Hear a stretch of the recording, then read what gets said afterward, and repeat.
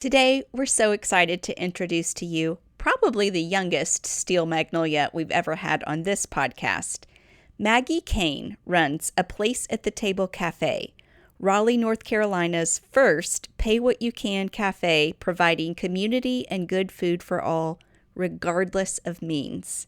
She is precious, she is innovative, and we think you're going to leave so inspired after hearing this message. So get ready to think differently about hospitality. Meet you at the table. I'm Lainey. And I'm Laura Beth. And we are Steel Magnolias. The strength of steel With the grace of a magnolia. We are here to have uplifting conversations about life in the South. And we've got plenty of room at our table. So pull up a chair.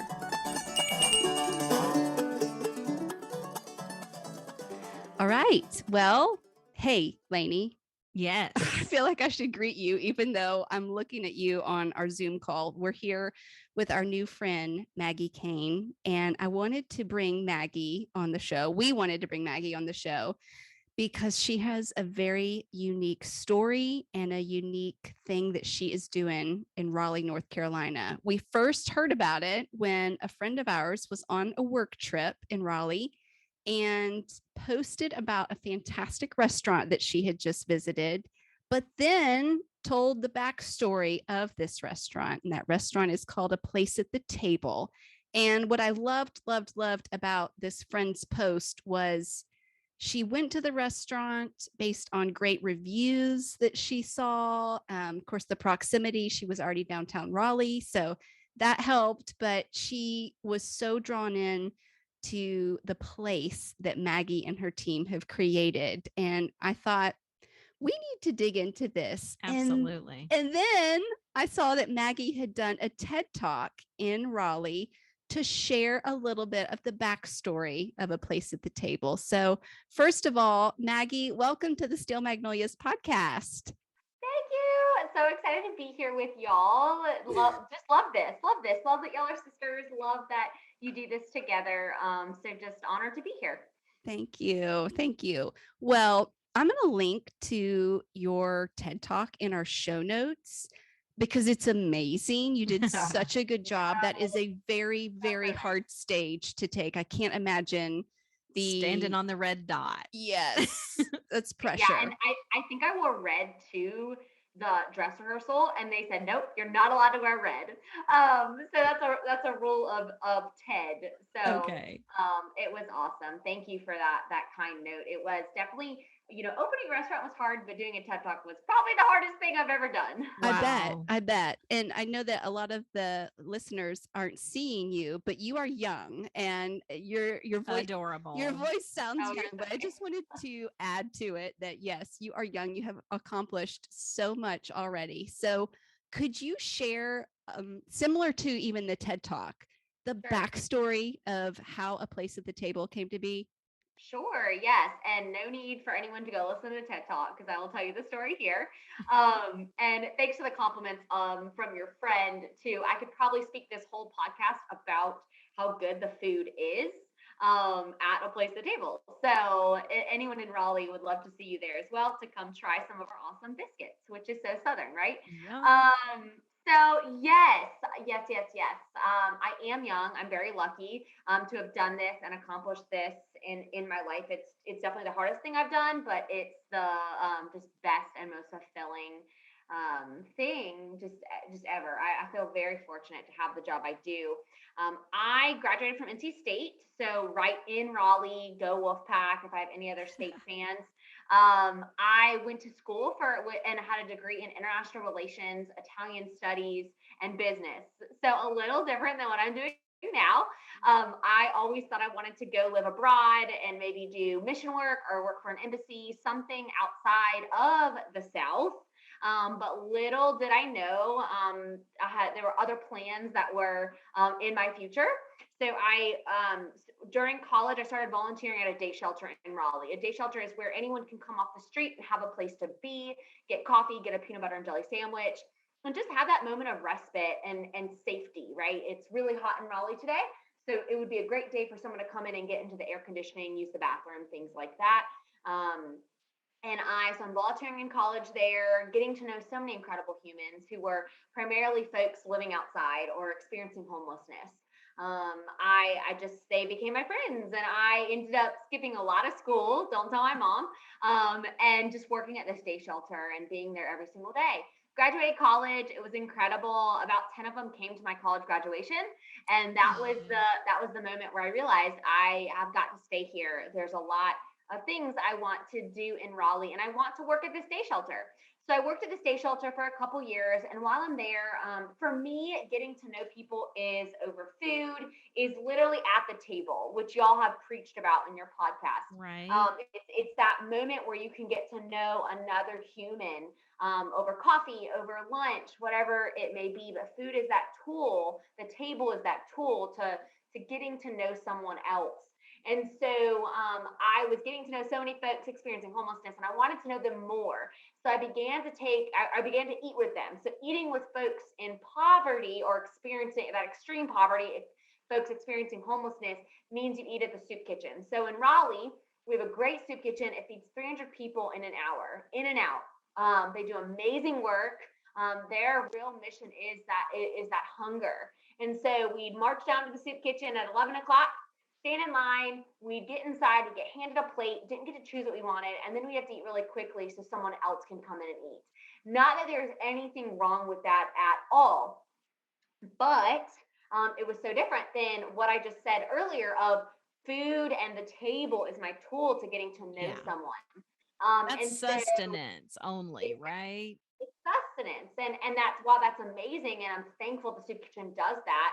um I really wanted to know them, and just felt, why do I get to go to any restaurant I want, choose what I want, and spend hours with someone getting to know them? But this is the experience for folks on the street and or experiencing that extreme poverty.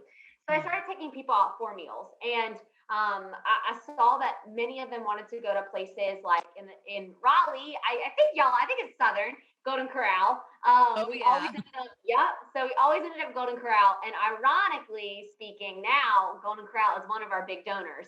Really funny, Love but it. Golden Corral, they're amazing humans. So we would go to Golden Corral, and I asked many folks who I brought to Golden Corral why every time you wanted to go to Golden Corral. And I thought my privilege said it was because they were hungry, and there was a lot of that they could pile their plates on. They could get to go boxes. And they said, no, Maggie, that's not the truth at all. My friend John specifically said, who I referenced in my TED talk, specifically said, no, I choose Golden Corral for two reasons. First being I have choice here. Living in poverty, people make every choice for you, from what you eat to where you sleep. Here I can choose if I want to do a bacon, egg, and cheese biscuit, or if I want to do a steak. I get to make that choice. And then the second being, I feel seen and valued here. People greet me at the door. They come around and check on me.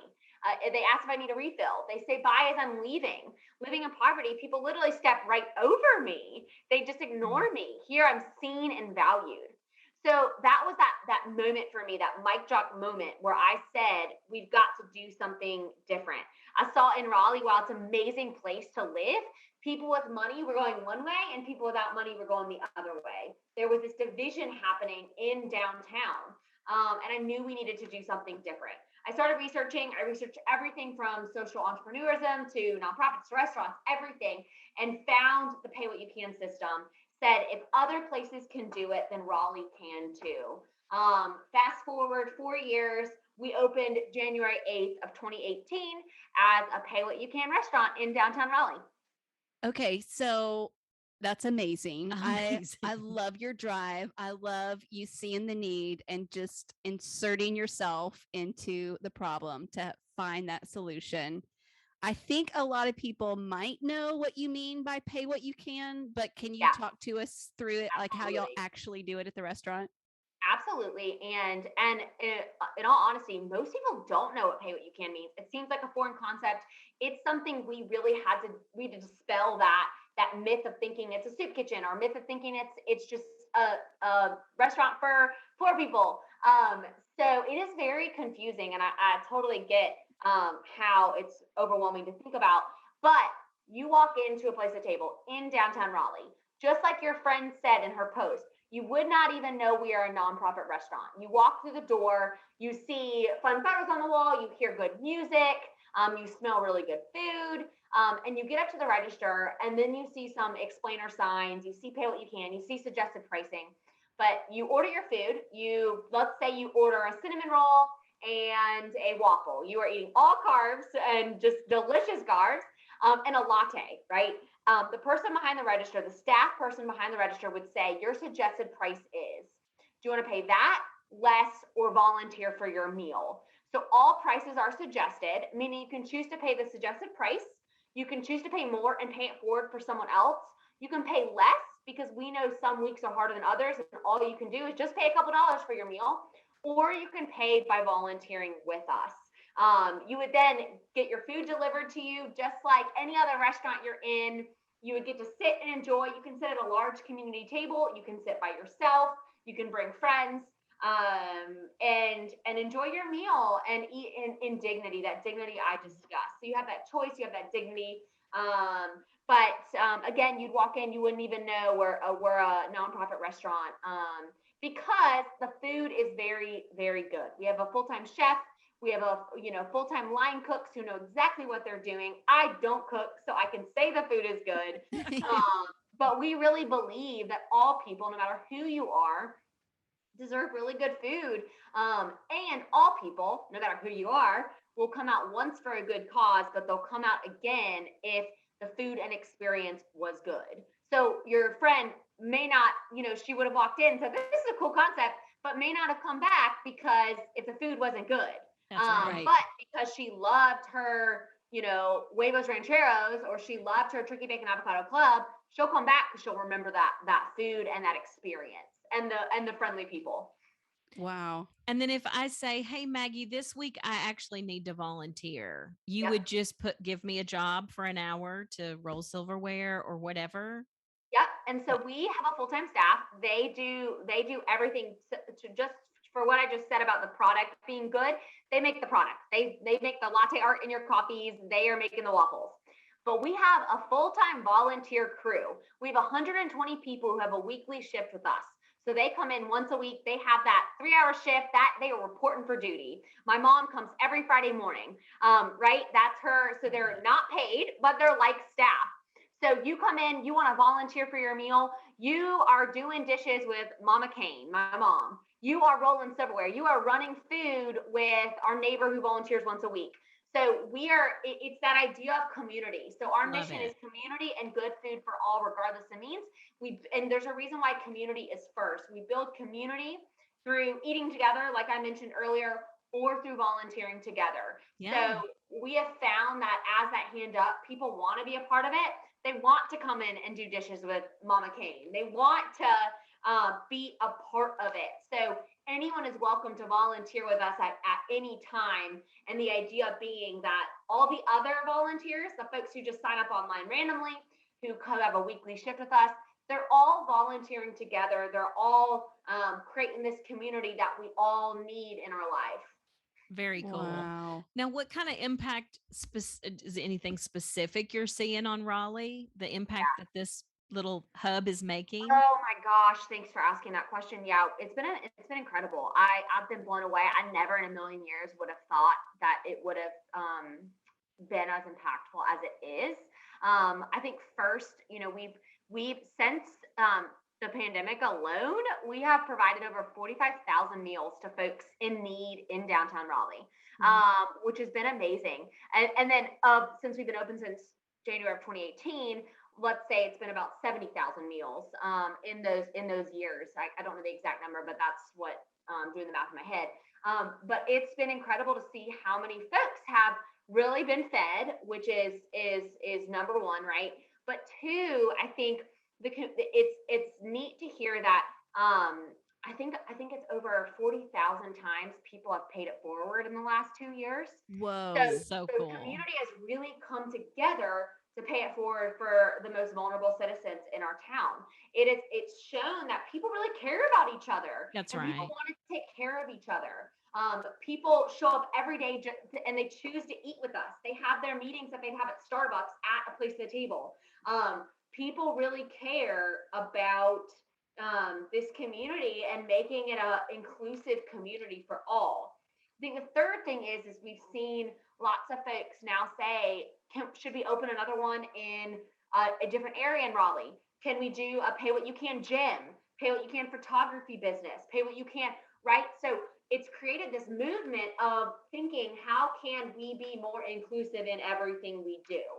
So how can we invite everyone literally to the table? So it's been cool to see people really understand. It's also been neat to see partnerships happen and people think of, hey, I'd love to help someone get a job. Hey, I'd love to start a culinary program for folks who don't have culinary experience to launch them into their next pathway. It's just been cool to see all these new ideas because they're thinking of others and they're thinking of folks that don't have access to many things that I have access to. Really just come together, and that inclusive thinking of welcoming your neighbor and welcoming everyone in is really happening in downtown Raleigh. That is so cool. And you've probably got numbers for the physical being fed, but the emotional and spiritual feeding, you have no idea the ripple that's going out. The stories, that's so cool. The friendships that are happening. It's really neat to watch and be a witness to. Wow. Whoa.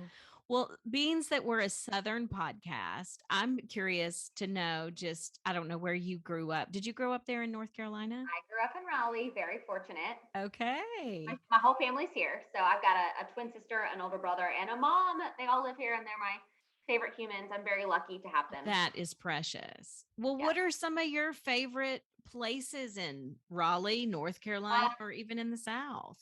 Yes, I love Raleigh. I actually spent some time in Charleston, so I do have traveled throughout the South, and just really lucky. It's funny because I didn't realize I had a Southern accent at all, and I probably don't. But I was in Puerto Rico, the first vacation I've taken in 3.5 years. I was in Puerto Rico last night. I just got back this morning, and someone asked me yesterday at just some restaurant I was at. They said, "So where in the South are you from?" And I was like, how did they know I was from the South? That's so cute. So I guess it's because I do say y'all, just like you guys. Yeah. Raleigh is awesome. It's just the neatest community to be a part of. I feel very fortunate to live in this town. Everyone wants to help each other. Everyone wants to just be in community, as I said earlier. So we have an awesome restaurant, community here in Raleigh. Okay. So many great restaurants who are all helping each other, working together. We have awesome nonprofits that are, again, supporting each other, just like the restaurant community. So anything in Raleigh, I am like fully a fan of. And y'all can reach out to me personally, and I will send you a rec of everything everywhere and everything you need to eat, drink coffee at, whatever it is. But like I said, I love Charleston. I love Savannah. I've actually never been to Tennessee, so I guess I need to change that. I know. And there is a Pay What You Can cafe in Johnson City. So I need to get there to visit them. My best friends run a cafe in Boone, North Carolina, which is probably one of my favorite places ever. I'm a mountain girl, so I think the South is awesome. I love it. What's the name of the restaurant in Johnson City? It is called oh my gosh. I just blanked. It's called 1 Acre.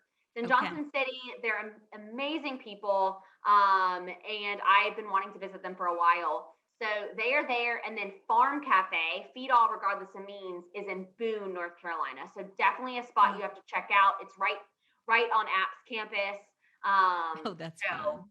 Yeah. Okay. App being Appalachian State. Appalachian. Yeah. So that brings a question up. How many of you guys out there, you guys meaning pay as you go restaurants or pay as you can, excuse me, do you know about is there is there a Facebook group or there's a Facebook? Exactly. It's funny because a lot of people say, so you get funding from them, y'all are part of this larger thing. No, but we do have Facebook groups. We do share resources. We're a part of the One World Everybody Eats Foundation. So it's, you can really find it at oneworldeverybodyeats.org. And it's a national movement. There's about 15 cafes who are pay what you can cafes, which means we all have suggested pricing. The cool part is every cafe is different. So depending on where you are and what works for your city, your community, that's what your cafe is like. So like I said, my best friends in Boone, North Carolina run an awesome cafe. Their cafe is different than ours. They're open Tuesday through Friday for lunch. We're open 6 days a week, breakfast and lunch. We look and feel different, and so and they look and feel different than us. And what works in Raleigh wouldn't work in Boone, and vice versa. But that's what's cool is these cafes really fit where their town and their people are. And so we share resources. There was a happy hour last night where we just jumped on Zoom and chatted about what's working, what's not working. We have a conference every year where we just come together and like celebrate what we've done, and again talk about how we can better help each other and give each other advice. So it's cool to be a part of a network, and our goal is to see more of these cafes happen. So I was on a phone call with someone this morning on the way back from my trip, and she is trying to open one in Charleston. So it's neat to see it growing. And that's what, I would not be here if it wasn't for Farm Cafe in Boone.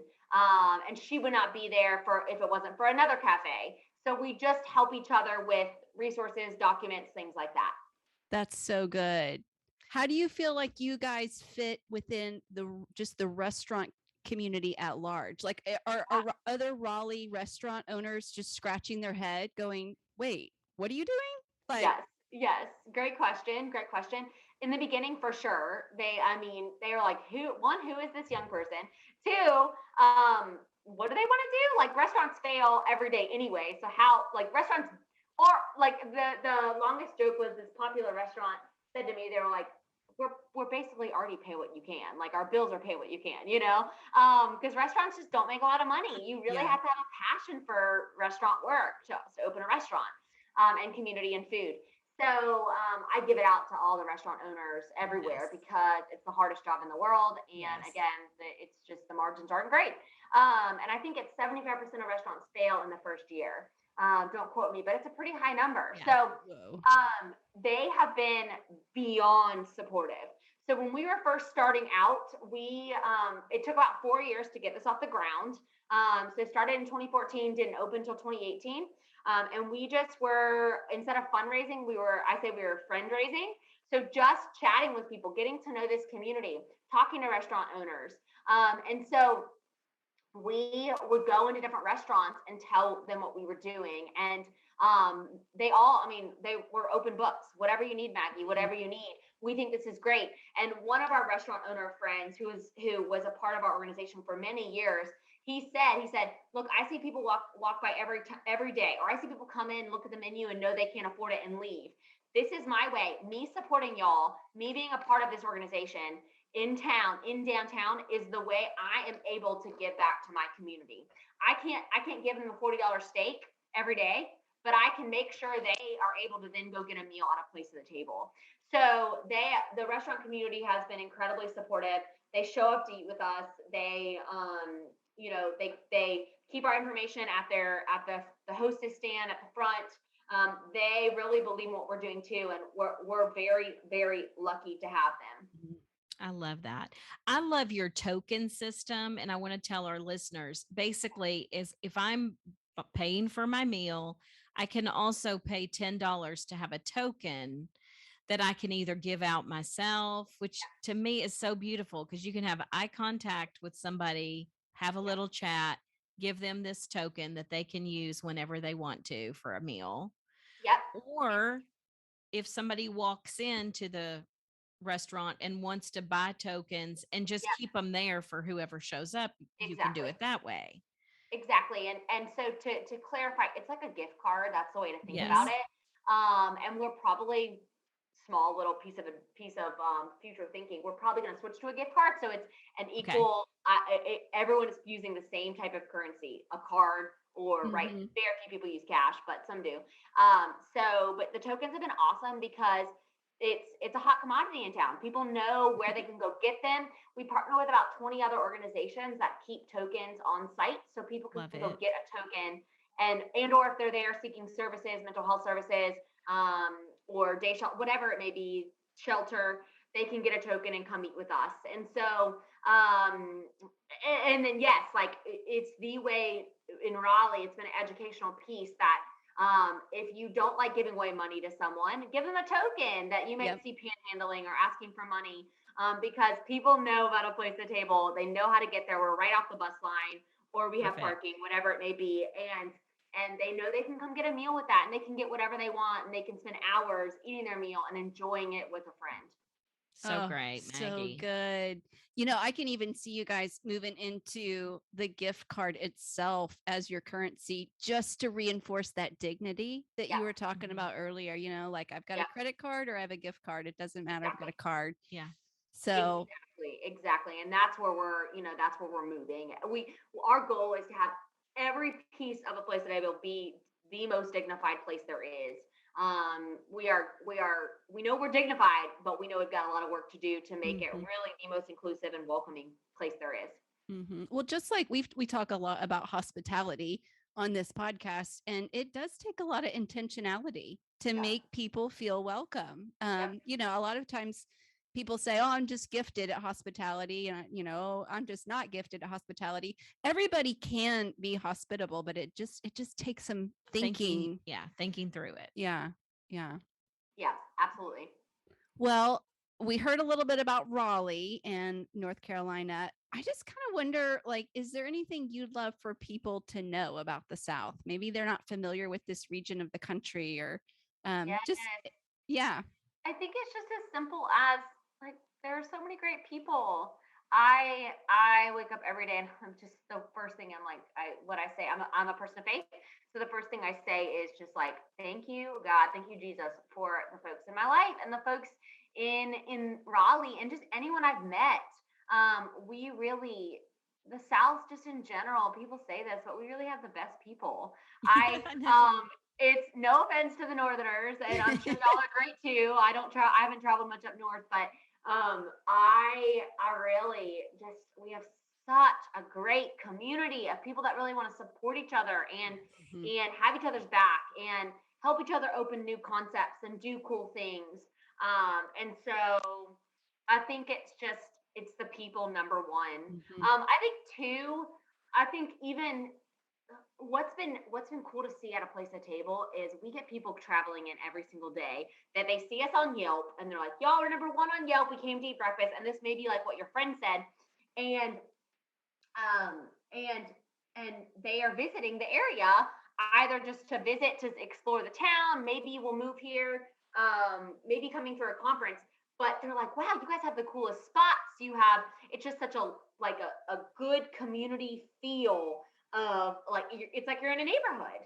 And so I think that even if, Raleigh's not listed as the big town to come and visit to, I think Raleigh, and similarly, a lot of other towns similar to Raleigh, Durham, places in, Greenville, South Carolina, I think that it's cool to go and check out the local spots and meet the local people. It's not like, I love Charleston, but you don't just have to go visit all the tourist spots in Charleston.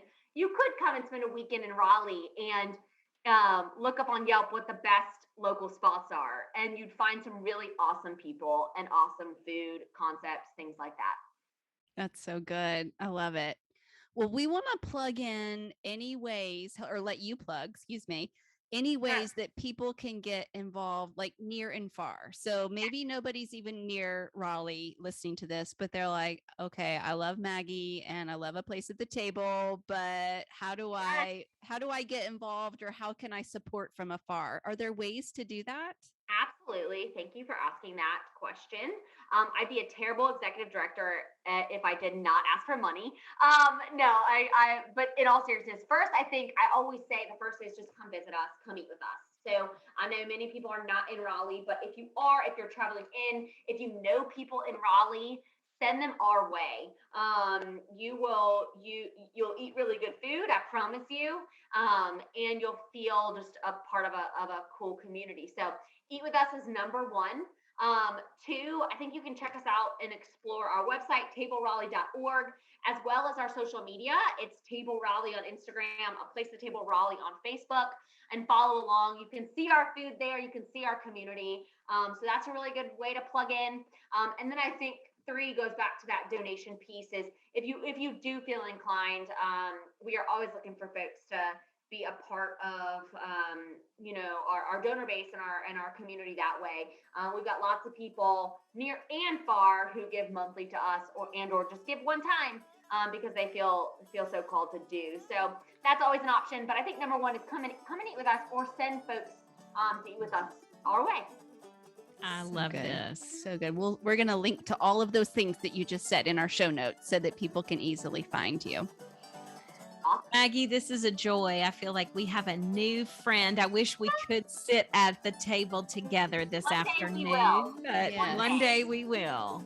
Yeah. That's right. Yeah, if you ever come to Tennessee, you have a place at our table for That's sure. right. For sure. Yes.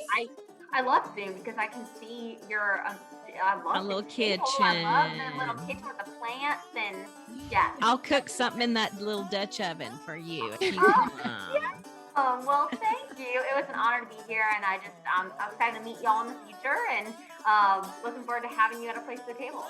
Thank you so much. Well, peace be with you, Maggie. And also with y'all.